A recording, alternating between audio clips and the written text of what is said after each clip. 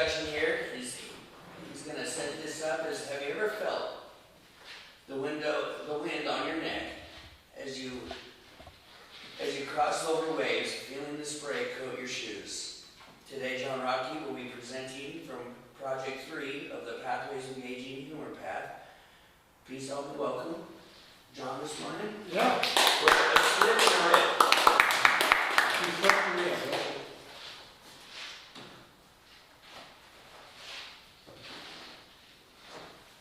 What do you do when you don't quite know what's going on? You're trying to troubleshoot, you're figuring it out, and there's some pressure. There's some pressure from the wind behind you. There's some pressure internally about figuring it out. There's some pressure from the 3 crew members in the boat relying on you to get something done. And you're scratching your head. You have no idea what's happening. Today I'm going to be talking about my job on a sailboat some of the time. I am a foredeck person. This is just an example boat from a trip to Mexico that we had. Regular sailboat, fairly simple. You have a mainsail. You have a jib or a genoa, depends on the size you put on there. And then you have a spinnaker. The spinnaker is also called a ballooner. And you're trying to set it perfectly, and this goes out in front of the boat when you're going downwind. And it's pulling you down. And it's the hardest sail to fly, because it is constantly in flux. It's only pinned down. There's usually a pole that goes out and spreads on one side, so that's fairly locked in place. And this other side is just fluttering in the breeze. If you have a puff of wind, it'll expand out. If the wind dies, it'll flutter back to the boat. So getting this thing to fly is one of the hardest ways to sail, but it's also a lot of fun. And it's one of the only times you're being pushed by your sails instead of being pulled along. Now, the way a boat works, it's an airplane on its side. So you have a big sail up here, and a big sail up here, and then you're going through a much thicker medium, going through water, and this is your sail down below, your keel. So you're trying to keep this boat fairly flat, usually flat as fast, up to about 10 degrees, maybe 15, depends on the boat. Your boat is going fast. If you go more than that, you slow down, you get bogged down. If you go a lot more than that, you get real wet. That sounds like experience. I've been there, done that a few times. Now, my job on the boat, when I jumped on a different one and I was the newest member and they didn't have anybody to do foredeck. And so foredeck is from the front of the boat, or the front of the mast here to the very tip of the boat. Now, if you're on this section, normally that's reserved for somebody who weighs about 120 to 140 pounds.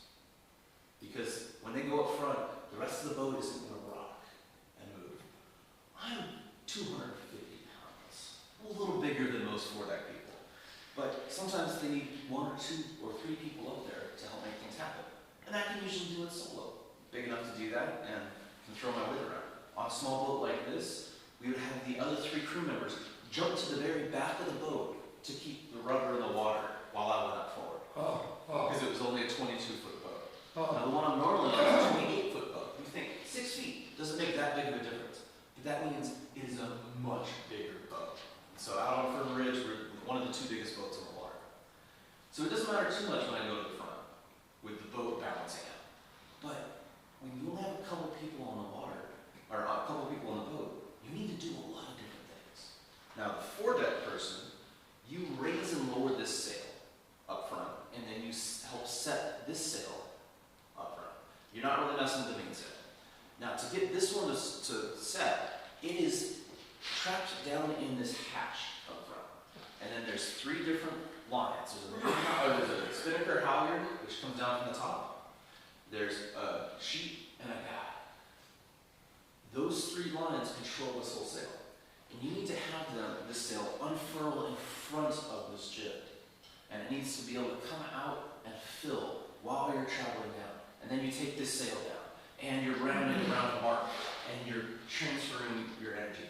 And if there's enough wind, you're kind of going like this around the mark, because you're getting pushed and you're starting to go downwind. So I'm a big guy trying to balance on the boat, going like this.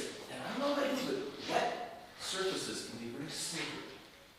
And if you're focused on other things, you can very easily slip and potentially rip. So this is what happened to me the other day. We're going around and I got my weight forward and we hit it just right and we buried the nose of the boat. Oh. So when a little wave, it's only about 6 inches of water, washes over your shoes and lifts you up a little bit. Just gives you a little pep in your step. Then the goal is you have gravity assist you to keep you on the boat. You get low. You drop as low as possible, you get on the boat, and you grab onto the lifelines, which we have up front. And that's what I did. And as I'm doing this, I see the spinnaker sail. That should be looking like a balloon. Look more and more like this. Wrapped up, and it will wrap up in an hourglass formation. And as it's twisted, it's not unfurling. And the wind is pushing behind it, trying to get it to open. And as it's doing it, it's raising that hourglass, that figure 8 knot, up to the top. And I'm there, jumping, trying to grab this thing, as I'm yelling back to people in the back of the pit, give me more slack, because they're just pulling the sail up as high as possible, as fast as possible. And they can't really see it because of the main, or inexperience, or both. So I'm doing this, and my captain in the back is very determined to win. He wants to get every single possible ounce of speed out of the boat, or ounce of speed, distance of speed, I don't even know what it's called. Every single knot he can. In sailing terms, a knot, you refer to knots of speed versus miles. Here you go. So he's trying to get every single knot and win every single race. So he cuts it to the very last minute before we can set a sail or take it down. Except if I push back and go, no, we have new crew, they don't know what's going on, we're going to be as conservative as possible with this and take our time. Set things early, take it down slowly, and we'll be faster overall. How many people have heard the term smooth is fast? So the idea is if you're doing a task, you're doing an activity, and you're smooth with it, it's going to be much faster than if you're bouncing around trying, and failing.